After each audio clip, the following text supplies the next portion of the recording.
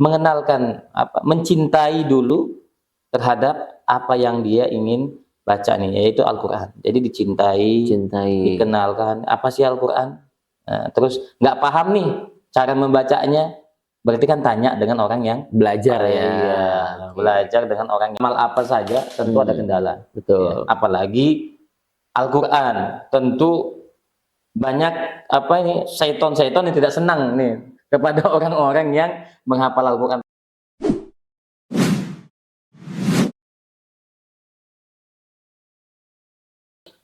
Bismillahirrahmanirrahim. Assalamualaikum warahmatullahi ta'ala wabarakatuh. Sahabat Mida dimanapun Anda berada, berjumpa lagi dengan saya Rizky Haitsul Haq dengan Ustadz Muhammad Taufikur Rahman. Pakai Muhammad ya Ustadz ya? Enggak ada. Saya udah 2 kali. Saya kira ada Muhammad, ternyata enggak ada. Ustadz Taufikur Rahman. Ya. Izin saya menyapa sahabat Mida dulu ya Ustadz ya. Siap. Sahabat Mida dimanapun Anda berada, berjumpa lagi dengan saya Rizky Haitsul Haq, Ketua dari Yayasan Mitra Dai Indonesia, yang insya Allah berkat support dari sahabat Mida semua, kita bisa terus eksis dalam kanal YouTube ini, dan kami terus mengajak sahabat Mida semua dari Sabang sampai Merauke, Pulau Sumatera, Jawa, Kalimantan, Sulawesi, Papua, terus support kanal YouTube kami dengan cara like, komen, share jika ada konten-konten yang bermanfaat di kanal YouTube ini agar manfaatnya bisa dirasakan oleh orang lebih luas gitu ya, lebih banyak. Dan juga jangan lupa yang terpenting di subscribe. Kita sedang menuju 1000 subscriber. Ayo didukung agar kita bisa terus lebih produktif lagi di kanal YouTube ini. Baik sahabat Mida, dimanapun Anda berada, berjumpa lagi di kanal YouTube Mida Channel dalam segmen podcast Sahabat Mida ini, yang mana di podcast ini kita hadirkan media untuk edukasi kepada sahabat Mida sekalian, berbagi dari para sedikit ilmu yang dimiliki oleh dai-dai yang ada di Mitra Dai Indonesia, dan alhamdulillah hari ini sudah hadir di depan kita Ustadz Taufikur Rahman. Ahlan wa sahlan Ustadz. Ya, nanti kita kasih kesempatan untuk berkenalan. Siap. Dan alhamdulillah ini kita sudah di podcast yang memasuki 20. Masya Allah. Alhamdulillah dengan izin Allah, dengan kekuatan Allah kuatkan kita. Dan pastinya ini semangat kami untuk berbagi kepada sahabat Mida sekalian. Bahwasanya di podcast Sahabat Mida ini kita ingin menyampaikan materi-materi yang dibawa secara santai, ya Ustaz ya. Siap. Dengan model diskusi, dengan tektokan seperti ini, agar lebih cair dan lebih menyenangkan di para penyimak sekalian. Nah, kita beri kesempatan dulu narasumber kita hari ini Ustadz Taufikur Rahman untuk berkenalan. Tafadhol Ustadz. Kayaknya udah kenal. Udah dikenali barusan. Baru nama. Bismillahirrahmanirrahim. Assalamualaikum warahmatullahi wabarakatuh. Waalaikumsalam warahmatullahi wabarakatuh. Alhamdulillah, kami sangat bersyukur kepada Allah Subhanahu wa taala. Allah sempatkan bertemu sahabat kami Rizky Haitsul Haq, Masya Allah, yang luar biasa ini. Perjuangan dakwahnya sangat luar biasa nih. Berkat doa Ustaz. Akan kami contoh dengan sebaik mungkin lah. Masya Allah. Terima kasih. Baik teman-teman sekalian, ini saya nama Taufikur Rahman, berasal dari Kalimantan Timur, tentunya lebih dekatnya dikatakan sebagai sekarang ibu kota negara. Waduh, sudah fix tuh Ustaz. Belum tahu juga sih. Tapi yang sudah diwacanakan ya, sudah diwacanakan menjadi ibu kota negara baru ya. Betul. Tepatnya di daerah apa nih Ustaz? Tepatnya di daerah Sepaku, Kecamatan Sepaku tuh. Tapi kalau saya kan di Kecamatan Penajam. Iya. Kalau di IKN tuh di Sepaku tuh. Tapi insya Allah tidak jauh lah. Iya. Sekitar sejam nyampe. Oh berarti Ustadz di Penajam ya? Iya betul. Kalimantannya berarti Kalimantan mana tuh Ustadz? Di Kalimantan Timur. Oke, Kalimantan Timur. Iya. Oke, baik teman-teman sekalian. Belum. Ustaz, aktivitas di mana? Jangan buru-buru Ustaz, kayak udah mau nyampe materi aja ini. Udah sabar gitu ya. Kenalan dulu Ustaz. Ustaz mungkin asal tadi ya dari Penajam. Ya, dari Oke, Penajam. aktivitas di mana Ustaz? Aktivitas saya sebagai pendidik ya, sebagai Oke, pendidik di Masya Allah. salah satu yayasan Nurul Hikmah. Hmm.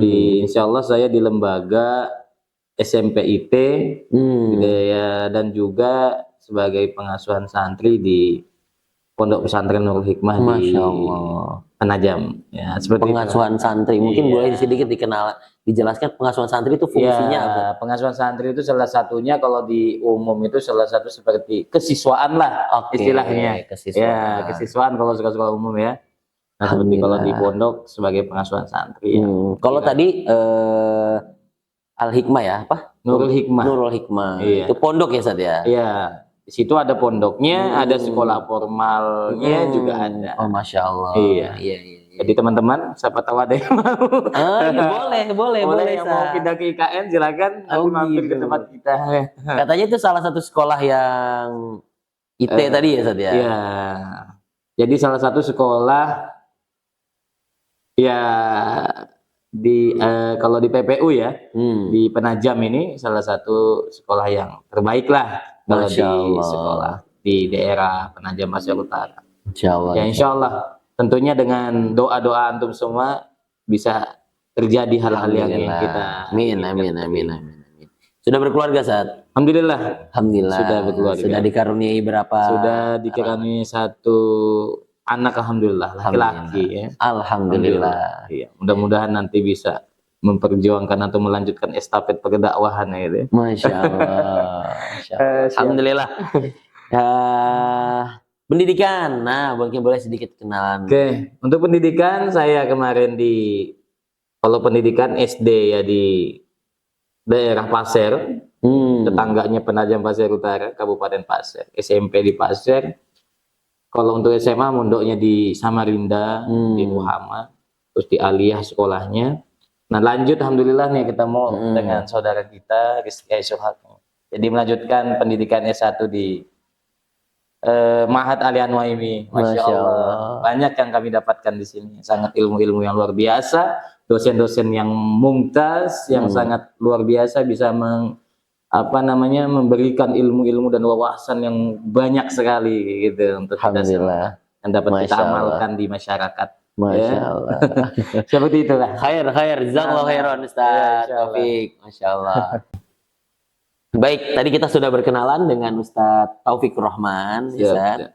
Dan hadirnya Ustadz Taufikur Rahman di sini sengaja kita undang ya di podcast Sahabat Mida ini dalam rangka sharing. Nah, siap. Beliau ini cukup sudah berapa tahun bisa sebagai pengasuhan santri Ustadz berarti? Sudah hampir mulai dari tahun 2017.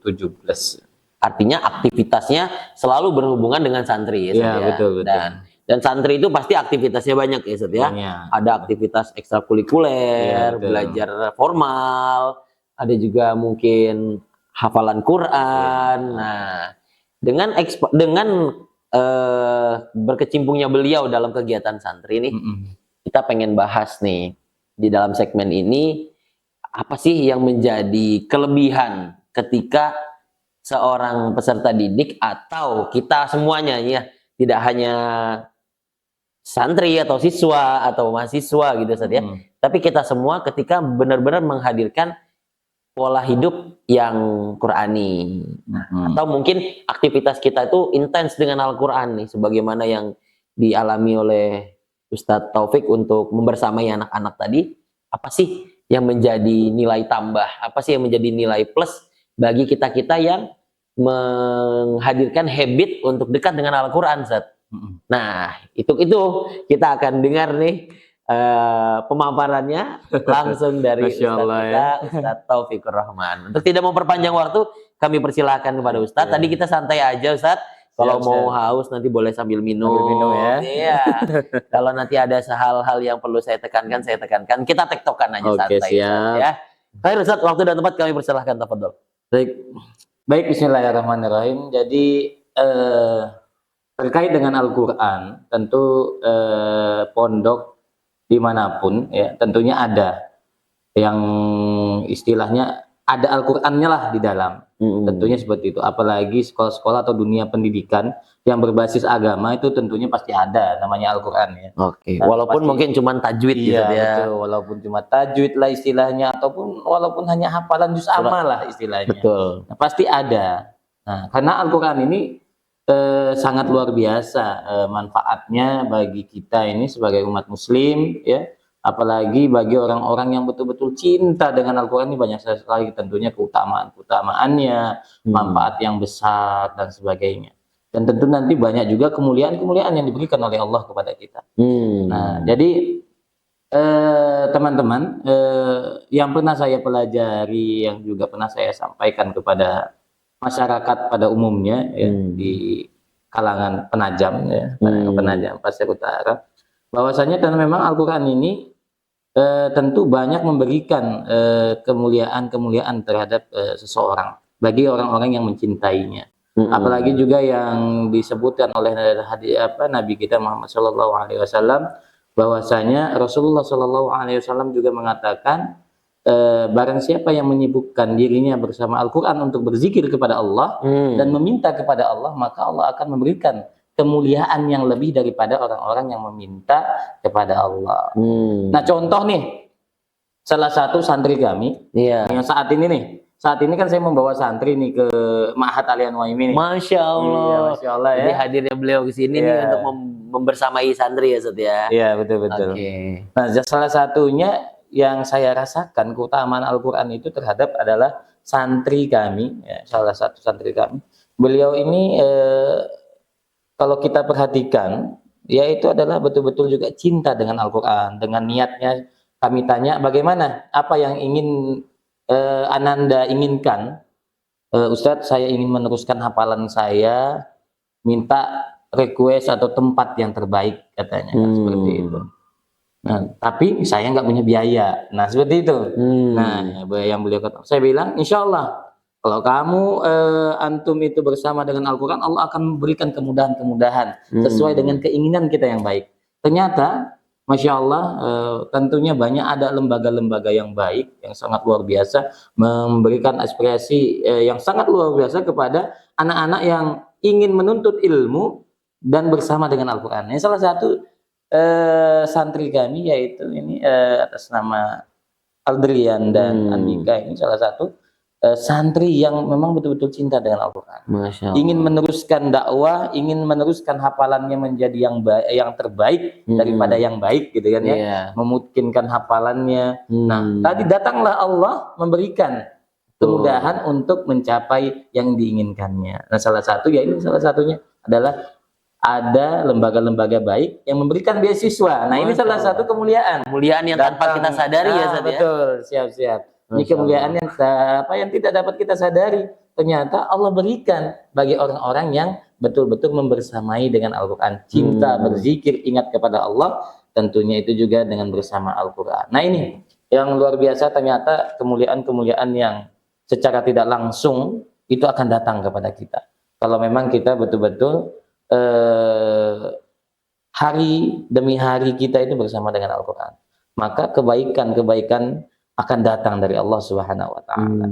Ya, tadi salah satu contoh itu yang saya berikan. Itu contoh murni, real, yang ada, yang yang ada di hadapan saya. Nah, ini Masya Allah. Mungkin seperti itu sementara. Oke, baik Ustaz. Berarti tadi ya, dengan niatan yang baik untuk mendekatkan diri dengan Al-Quran, Allah selalu tunjukkan jalan ya Ustaz ya. Betul. Proses pendekatan diri dengan Al-Quran itu dari yang Ustaz pernah pengalaman di pondok, itu bagaimana proses kita dalam pendekatan diri dengan Al-Quran? Apakah langsung ke tahap menghafal atau ada tahapan-tahapan? Kira-kira tahapan seperti apa Ustaz yang mungkin perlu kita lakukan step by stepnya gitu? Oke, baik. Jadi memang tentunya ada beberapa tahapan-tahapan untuk mencapai hasil yang terbaik ya. Baik itu Al-Quran ataupun pendidikan-pendidikan lainnya. Nah, untuk tahapan-tahapan yang dilakukan oleh para penuntut ilmu ini, Ahlul Quran ini, bahwasanya ada tahapan-tahapan yang dilakukan, yaitu salah satunya tentunya mengenalkan mencintai dulu, terhadap apa yang dia ingin baca nih, yaitu Al-Quran. Jadi dicintai, dikenalkan apa sih Al-Quran. Nah, terus nggak paham nih cara membacanya, berarti kan tanya dengan orang yang belajar ya. Iya, belajar dengan orang yang paham. Berarti tadi saya tangkap tuh, stepnya yang pertama mungkin kecintaan. Iya, menanamkan menanamkan niat, rasa cinta dan niat kepada Al-Quran. Yang kedua prosesnya tadi membaca ya, Ustaz. Membaca. Terus kita belajar, mengamalkan. Lalu kalau sudah selesai belajar tadi ini, tentunya ada keinginan kita untuk lebih daripada sekedar membaca kan ya. Tentu mungkinnya ingin juga seperti orang-orang yang hebat di luar sana, yaitu untuk ingin mencoba menghafal. Nah setelah itu kita untuk mencoba menghafal pelan, mungkin dari surah-surah yang pendek, nah, akhirnya mampu, bisa lebih panjang lagi, alhamdulillah mampu. Nah akan anak-anak ini bisa menghasilkan yang terbaik. Akhirnya bisa menghafal lebih banyak dan sebagainya. Nah tentu tahapan-tahapan itu yang harus dilakukan. Jadi pembelajar kita niat dulu, kita coba untuk mendekatkan diri kepada Al-Quran dengan rasa cinta. Cintanya bagaimana? Kita sukai ini Al-Quran ini. Bahwa kalau nggak ada Al-Quran ini nggak enak nih rasanya. Atau kalau nggak baca Al-Quran tiap hari nggak enak nih. Betul. Nah ini kan sudah masuk rasa cinta kita kepada Al-Quran kan. Misalnya kalau nggak baca Al-Quran dalam sehari, ada yang beda gitu. Ya, mungkin seperti itu sudah masuk rasa cinta kita. Artinya Al-Quran sudah menjadi habit. Iya betul, sudah menjadi habit. Sudah menjadi kebiasaan harian. Yang kalau dia tidak lakukan tuh kayak kita nggak makan. Betul. Atau kayak kita nggak minum. Betul. Oke, Masya Allah. Pastinya dalam proses itu selalu ada kendala-kendala ya, Ustaz ya. Ada kendala-kendala dalam berjalannya. Kendala A, B, C, D. Nah itu pengalaman Ustadz, kendala-kendala kecil sampai ke kendala yang berat sampai dia tidak sampai itu boleh jelaskan, Ustadz? Ya pasti setiap kerjaan pun atau amal-amal apa saja tentu ada kendala. Betul. Ya, apalagi Al-Quran, tentu banyak syaiton-syaiton yang tidak senang nih kepada orang-orang yang menghafal Al-Quran. Pasti ada aja kendala-kendalanya ya. Tentu kendala-kendala itu juga pun Allah yang memberikan. Bagaimana kita bisa berhasil menyelesaikan kendala-kendala ini. Nah kadang kendala-kendala yang terdapat di dalam orang yang proses belajar Al-Quran itu memang ada ya. Salah satunya yaitu rasa, kadang tiba-tiba rasa malas itu datang. Nah, rasa kantuk tadi nih ya, rasa ngantuk yang tiba-tiba datang, apalagi kalau subuh ya, itu kan kendala ya. Nah, salah satu kendala rasa ngantuk dan sebagainya. Bisa juga kendala-kendala itu datang kurangnya semangat tadi, kurangnya semangat atau bahkan kurangnya motivasi dari orang-orang yang terdekat. Karena ada juga salah satu santri itu mengatakan begini, Ustadz, saya males ngapal lagi. Kenapa? Saya bilang, hafalanmu udah banyak nih katanya. Saya bilang, kenapa? Ini Ustadz, saya laporan kepada orang tua saya katanya, Bu, hafalan saya sudah segini. Ibu saya diem aja, nggak ada ngasih respon apa-apa. Ini kan kendala yang sangat luar biasa ini. Tidak ada dorongan dari empati atau rasa apresiasi lah. Betul, ada apresiasinya terhadap orang. Ini kendala yang bisa membuat down ini orang-orang yang menghafal Al-Quran. Artinya si anak atau siapapun yang sedang melakukan proses itu butuh diapresiasi. Betul, harus ada apresiasinya. Agar semangatnya terus bertumbuh. Iya. Tentu juga kendala itu biasanya SDM ya. SDM yang kurang. Kadang ada satu halakoh tuh lebih daripada volumenya gitu kan. Lebih banyak santrinya daripada ustadz-ustadznya. Itu salah satu kendala. Karena jadi nggak fokus ya, kurang fokus. Iya. Itu salah satu kendala yang bisa menghambat lambatnya anak-anak ini bisa setoran dan sebagainya. Itu kan kendala ya. Tadi maunya setoran ternyata masih ngantri panjang, yang di depan nggak lolos-lolos, nggak sampai-sampai dan sebagainya. Karena memang setiap manusia itu, anak-anak yang di tempat kita itu memang berbeda-beda. Ada yang cepat dalam menghafal, ada yang lambat, ada yang sedang-sedang. Nah, kendalanya kadang ini tidak difokuskan kepada yang cepat satu kelompok. Nah, ini salah satu kendala. Seharusnya kan juga bagus juga tuh kalau yang cepatnya dikelompokkan sama yang cepat. Yang sedang, yang lambat. Cuma ada juga orang yang punya prinsip nih. Ya paling tidak harus ada yang cepat di dalam satu kelompok supaya memicu dia semangat. Nah, itu kan kadang maunya yang punya program, tapi kadang anak-anak ini pengen saya mau cepat dan cepat setoran dan sebagainya, mau berlomba-lomba. Artinya ada semangat untuk waktu dia cepet gitu. Iya, betul. Saya juga harus bisa dong. Iya, gitu betul. Kan? Keinginan kita kan seperti itu ya. Cuma kan yang menjalani itu bukan kita. Butuh evaluasi berarti. Memang butuh evaluasi dalam proses berjalannya. Menarik bagaimana proses pembersamaan anak-anak ya khususnya di situ ya. Dan itu juga mungkin tidak menutup kemungkinan bisa diterapkan kepada siapapun Ustaz. Iya, betul. Karena contoh kayak sekarang tuh ya banyak juga orang yang baru belajar Quran ketika dia sudah pensiun. Betul. Ada orang yang baru kenal Al-Quran dikala dia benar-benar sudah lenggang dari aktivitas hariannya. Ya. Nah itu kan bagian dari Al-Quran mengetuk hati orang tuh tidak selalu dari mulai SD, SMP kan. Terketuk hatinya dengan Al-Quran ternyata di akhir-akhir hayatnya, di akhir umurnya baru. Tapi kita tetap apresiasi bahwasanya ya itu bagian dari skenario Allah ya Ustaz ya. Iya betul. Nah, oke. Berarti tadi bagian dari kendala-kendala ya Ustaz ya. Kalau apresiasi yang suka dihadirkan dari pihak pengelola untuk bagian dari itu kan tadi bagian dari sebuah penghormatan kita ya bagi seseorang yang mau memperjuangkan Al-Quran pada dirinya. Ya kan? Allah mungkin punya skenario lain untuk memberikan kemuliaan kepada dirinya ya kan Ustaz? Kayak tadi tahu-tahu dapat beasiswa. Nah, kalau dari pihak pengelola sendiri punya skema atau strategi apa untuk memberikan semangat ya? Semangat. Iya, baik. Atau apresiasi lah kepada anak-anak gitu. Jadi kalau pihak-pihak lembaga itu biasanya kalau yang ada di tempat kita ya tentunya ada ya apresiasi. Salah satunya kemarin ada santri kami itu yang dengan Al-Quran beliau sampai ke nasional berjuang bersama Al-Quran. Ya dikasih apresiasi. Ya tentu ada hadiah-hadiah tertentu. Ya. Ada hadiah-hadiah tertentu yang membuat dia semangat lah.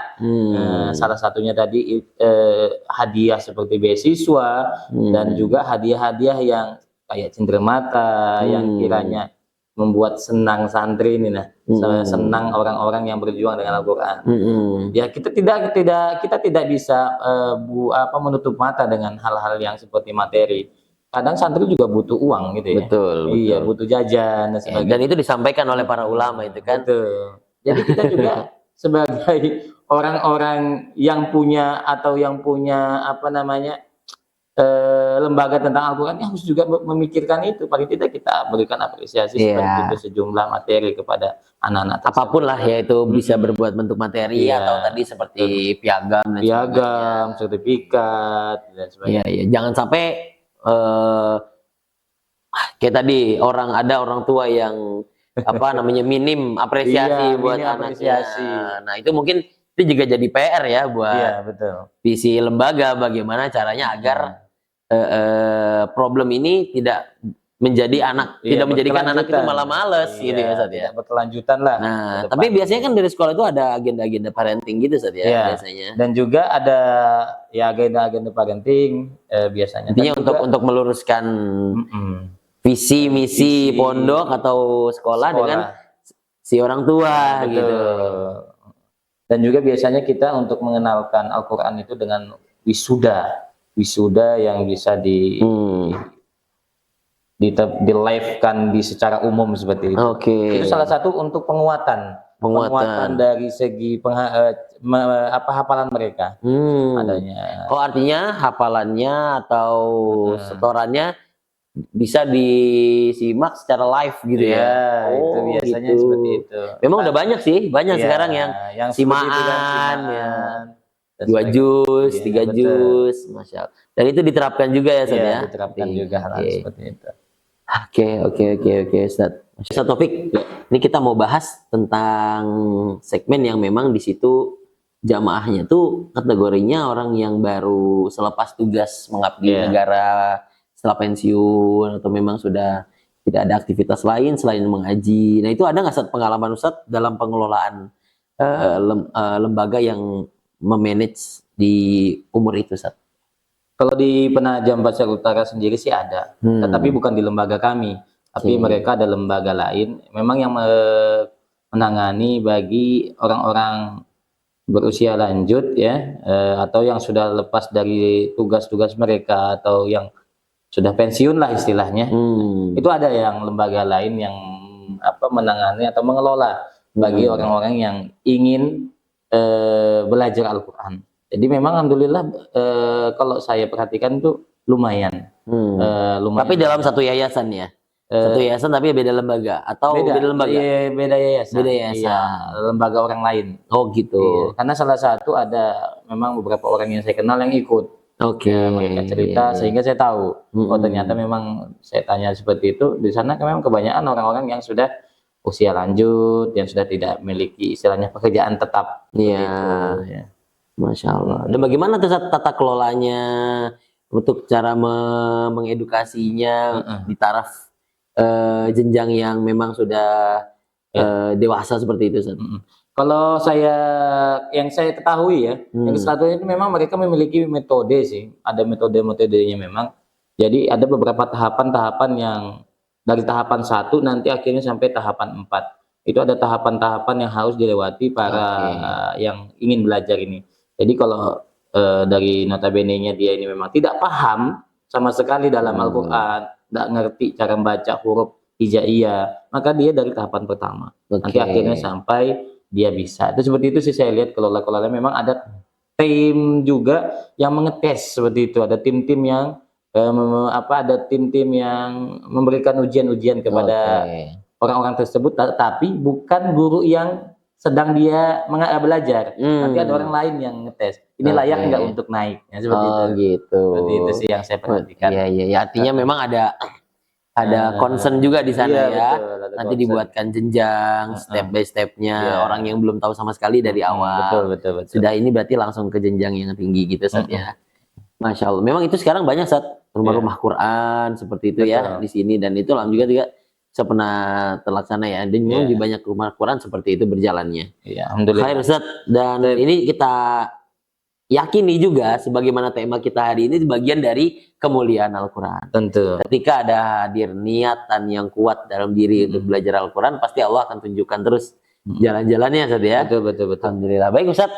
Alhamdulillah kita sudah banyak tadi sharing-sharing dengan Ustaz Taufik nih, dan mungkin sedikit Ustaz nasihat buat kita semua nih sebagai closing statement juga terkait bagian dari kemuliaan Al-Quran, yang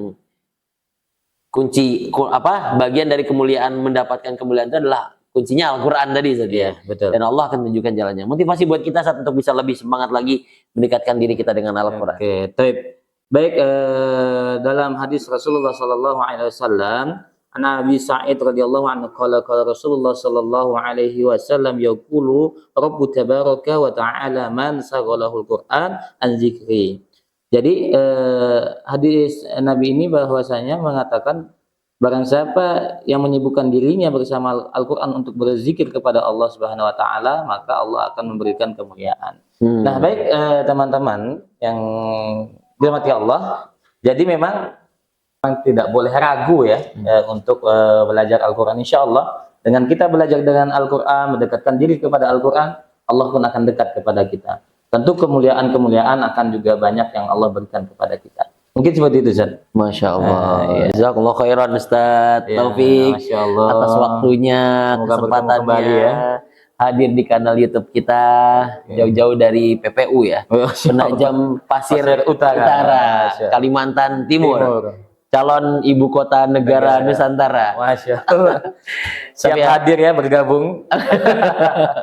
Insya Allah. Tapi yang jelas kita sangat banyak mendapatkan istifadah dari beliau tentang tadi yang sepengalaman beliau membersamai ahlul Quran itu saja. Di dalamnya ada bagaimana membersamainya, motivasinya, dan itu semoga menjadi ilmu buat kita semua untuk lebih dekat dengan Al-Quran seperti yang disampaikan Ustadz itu, karena di dalamnya banyak sekali kemuliaan-kemuliaan.